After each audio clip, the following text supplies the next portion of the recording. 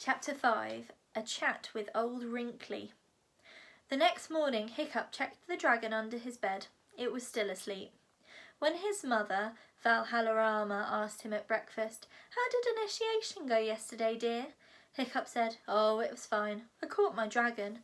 "That's nice, dear," Valhallarama replied vaguely. Stoic the Vast looked up briefly from his bowl and boomed, "Excellent, excellent," before getting back to the important task of shoveling food into his mouth. After breakfast, Hiccup went to sit on the front step beside his grandfather, who was smoking a pipe. It was a beautiful, cold, clear winter's morning, with not a breath of wind, and the sea all around was as flat as glass. Old Wrinkly blew out smoke rings contentedly as he watched the sun coming up. Hiccup shivered and chucked stones into the bracken. Neither of them spoke for a long time. At last Hiccup said, "I got that dragon." "I said you would, didn't I?" replied Old Wrinkly, very pleased with himself. Old Wrinkly had taken up soothsaying in his old age, most successfully. Looking into the future is a complicated business, so he was particularly pleased that he'd got this right. "Something extraordinary, you said," complained Hiccup. "A truly unusual dragon, you said.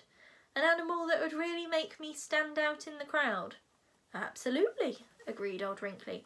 "The entrails were undeniable." "The only extraordinary thing about this dragon," continued Hiccup, "is how extraordinarily small it is. It's in that it is super unusual. I'm even more of a laughing stock than ever." "Oh dear," said Old Wrinkly, chuckling in a wheezy way over his pipe. Hiccup looked at him reproachfully. Old Wrinkly hurriedly turned the laugh into a cough. "Size is all relative, Hiccup," said Old Wrinkly. "All of these dragons are super small compared to real sea dragons. A real sea dragon is 50 times as big as that little creature. A real sea dragon from the bottom of the ocean can swallow 10 large Viking ships in one gulp and not even notice. A real sea dragon is a cruel, careless mystery, like the mighty ocean itself, one moment calm as a scallop, the next raging like an octopus." "Well, here on Berk," said Hiccup, "where we haven't any sea dragons to compare anything with, my dragon is just considerably smaller than everyone else's. You're getting off the point." "Am I?" asked Old Wrinkly. "The point is, I just don't see how I'm ever going to become a real hero," said Hiccup gloomily. "I am the least heroic boy in the whole hooligan tribe." "Oh, pshaw, this is ridiculous, tribe," fumed Old Wrinkly. "Okay, so you're not what we call a born hero. You're not big and tough and charismatic like Snoutlout, but you're just going to have to work at it. You're going to have to learn how to be a hero the hard way." "Anyway," said Old Wrinkly, "it might just be what this tribe needs, a change in the leadership. Because the thing is, times are changing.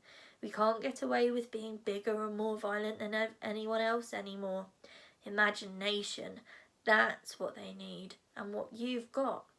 A hero of the future is going to have to be clever and cunning, not just a big lump with overdeveloped muscles.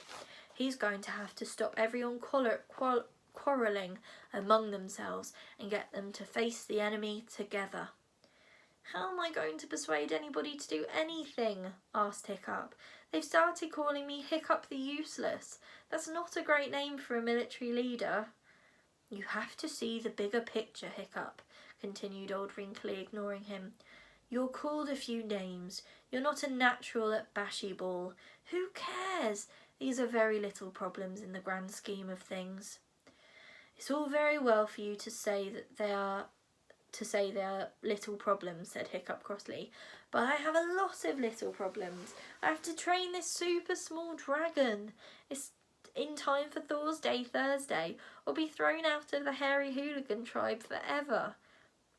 "Ah, yes," said Old Wrinkly thoughtfully. "There's a book on this subject, isn't there? Remind me, how does the great professor of Meathead University think you should train a dragon?" "He thinks you should yell at it," said Hiccup gloomily, chucking stones again. Show the beast who is master by the sheer charismatic force of your personality, that sort of thing. I have about as much charisma as a stranded jellyfish, and yelling is just another thing I'm useless at." "Yes," said Old Wrinkly, "but maybe you'll have to train your dragon the hard way. You know a very great deal about dragons, don't you, Hiccup? All that dragon watching you've been doing over the years." "That's a secret," said Hiccup uncomfortably. "I've seen you talking to them," said Old Wrinkly. "That's not true," protested Hiccup, going bright red in the face. "Okay then," soothed Old Wrinkly, calmly smoking his pipe. "It's not true." There was silence for a bit.